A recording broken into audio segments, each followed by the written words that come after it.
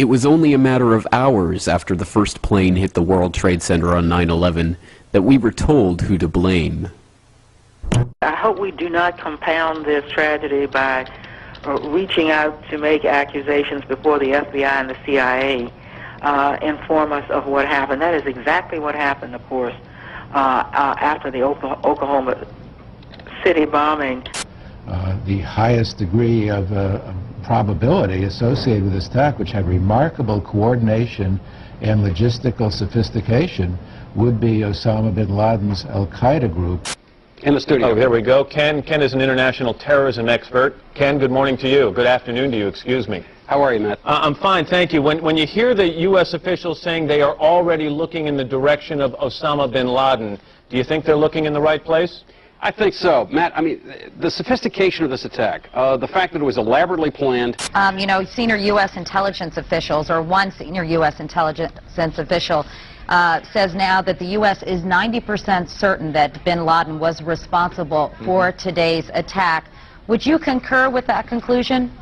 I think that's a very good possibility. You have to look at who has the organization and who has the capability to do something like this. And of course, bin Laden's Al-Qaeda organization has to be right at the top of the list.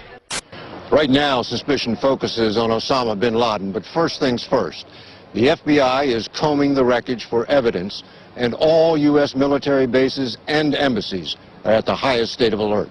Now, we are told from sources earlier today that senior administration officials told key members of Congress that they are, quote, certain, based on the evidence they have gathered so far, confident, I'm sorry, not certain, confident, based on the evidence gathered so far, that people and organizations associated with Osama bin Laden are responsible for this. But coming out of the National Security meeting tonight, I was told by a senior administration official they do not want to jump to conclusions here. The administration will say nothing publicly about that. This official saying, quote, we're going to take a little time to sort this out.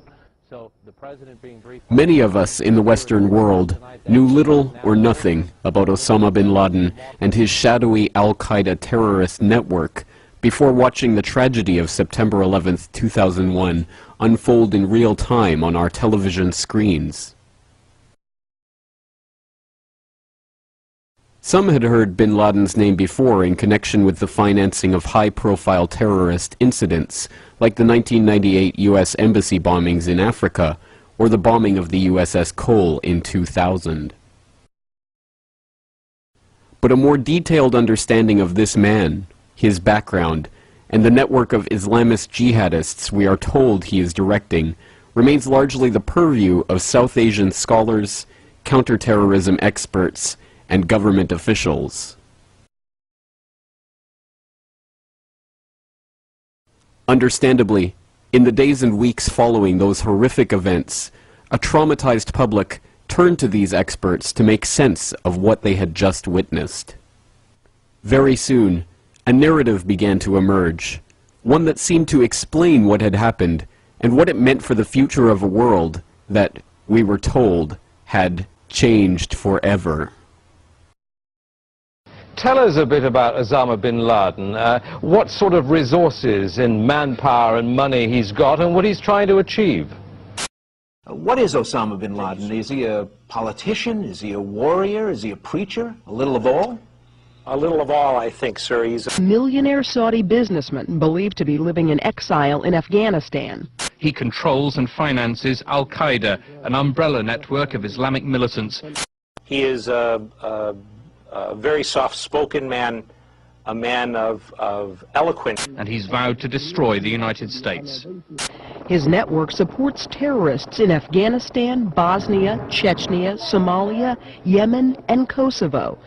Well, when I was in Afghanistan just a couple of days ago, I heard that he had about 2,000 volunteers working in his camps. Al-Qaeda, that's receiving so much discussion and publicity, may have activities in 50 to 60 countries, including the United States. Bernard Lewis has called him almost a poetic speaker of Arabic. U.S. officials link bin Laden to numerous terrorist attacks, including the U.S. Embassy bombings in East Africa 3 years ago. Last year's bombing of the USS Cole in Yemen.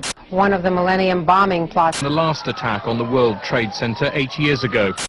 Not a flamboyant individual, an individual who defers to his elders and to religious scholars. Osama bin Laden is a name that we have been hearing all day long as an individual who may, and we emphasize may, be responsible for these terrorist acts. They now believe that bin Laden was responsible. He's probably far away in the mountains now. He's got his own communication system, which the Americans can't apparently chip into in any sense. There was constant discussion about him hiding out in caves, and I think many times the American people have a perception that it's a little hole dug out of a side of a mountain. Oh, no. This is it. This is a fortress. The tall, thin bin Laden's goal, in his own words, is to unite all Muslims and establish a government which follows Islamic law. Yes. A complex, multi-tiered, bedrooms and offices on the top, as you can see. Secret exits on the side and on the bottom. He's a very, very significant figure in Islamic politics, certainly, and in world politics. It's a very sophisticated operation. Oh, you bet. This is serious business. And there's not one of those. There are many of those. He's clearly... What we must remember, though, is that this story, this understanding of our world, which was largely constructed for us in those first chaotic hours after the attacks, and which has remained largely unchanged to this day, only appears monolithic and unchallenged because it has been presented to us in a carefully constructed series of sound bites and interviews with official sources. The events of 9/11, like all major events in our 24/7 network news world, have become a mediated experience. We have been told how to understand these events by the same editors, executives, and media moguls that so obviously failed in their duties in the run-up to the war in Iraq. The truth is that the story of Al-Qaeda is much more complex than we have been led to believe.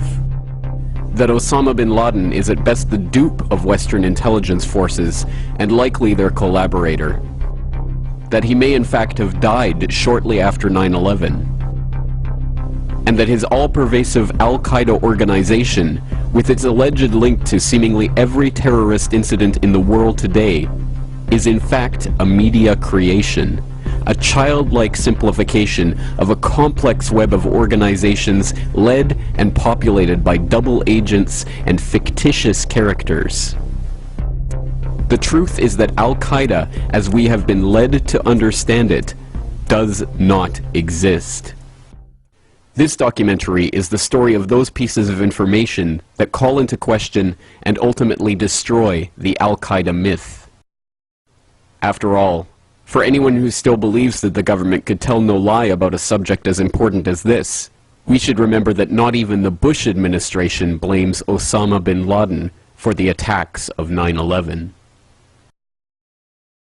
So we've never made the case or argued the case that somehow Osama bin Laden was directly involved in 9/11. That evidence has never been forthcoming.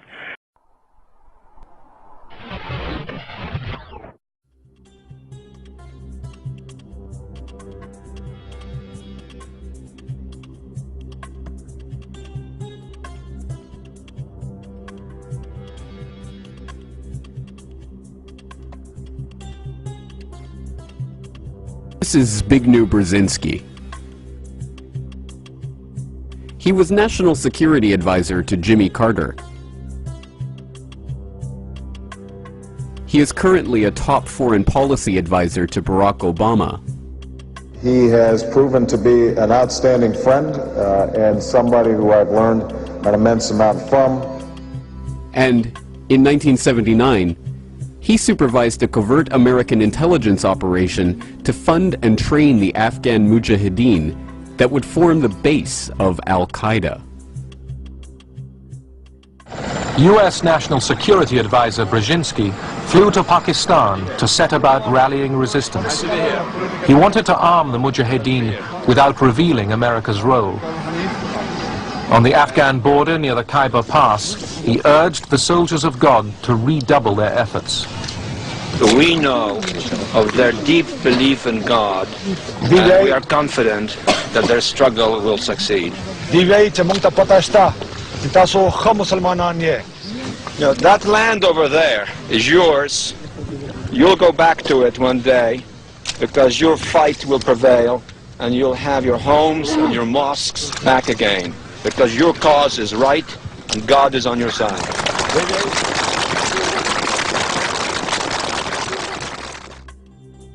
The CIA involvement with the Afghan Mujahideen, including an estimated $3 to $20 billion of American taxpayer money that was spent by the U.S. to train and equip them, has been known and acknowledged for years. The operation was part of a Cold War gambit to bog down the Red Army in what was to become the Soviet Union's own Vietnam. An unending struggle to occupy a country against a determined and, thanks to the CIA, well-funded and trained guerrilla resistance. We must recognize the strategic importance of Afghanistan to stability and peace. A Soviet-occupied Afghanistan threatens both Iran and Pakistan and is a stepping stone to possible control over much of the world's oil supplies. The scheme, known as Operation Cyclone, was in fact an amazing success.